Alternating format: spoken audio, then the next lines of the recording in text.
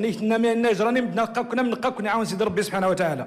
غنتكلم معاك باللغه العربيه السيد الرئيس الحكومه، لان ما كتفهمش الشرحه وما بغيتيش تفهمها، لانه انتم حكومه ديال الهضره.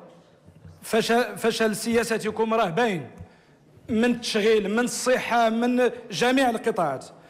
فالبطاله من 2012 الى 2015 ارتفعت من 949 ألف إلى 1,041 ألف عاطل.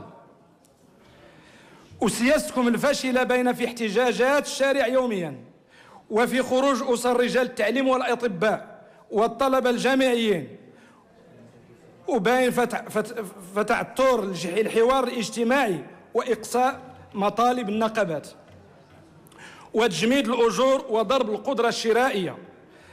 وباين فتهربكم من المسؤولية في إصلاح التعليم.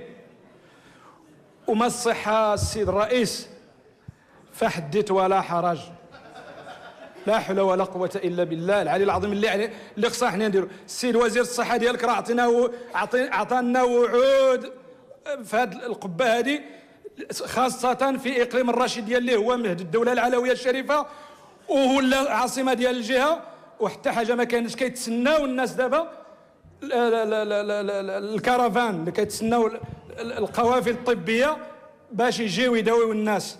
وهاد الصحه اش كدير؟ اش كدير باش نتسناو الجمعيات داونا المرض؟ وكاين اللي كيتسنى 6 شهور، وكاين اللي كيتسنى عام.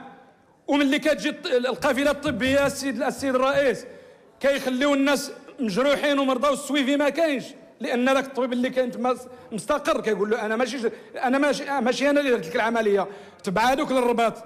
اش غادي يتبعادوا للرباط ولا للدار البيضاء؟ شكرا سيد النائب. شكرا. الكلمه للسيد رئيس الحكومه.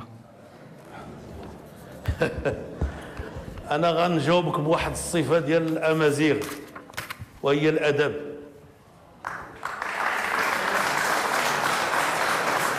لانه اتهمتيني باللي ما باغيش نتعلم الشلحه. قول لي كيفاش عرفتي هذه القضيه؟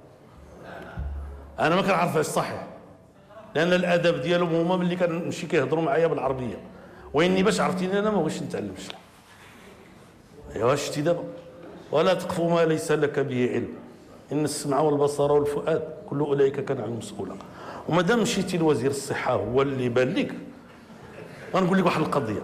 هذا إلا ما كانش أحسن وزير صحة داز في المغرب من أحسن وزراء الصحة داز في المغرب.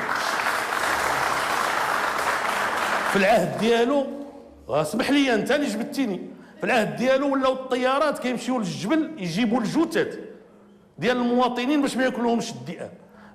عاد خلي العيالات اللي كيخرجهم يديهم يولدوا، ولا الناس اللي تيكونوا مرض وكيديهم بالطيارات. في العهد ديالو كاين مستشفى متحرك ولا كيمشي للبوادي.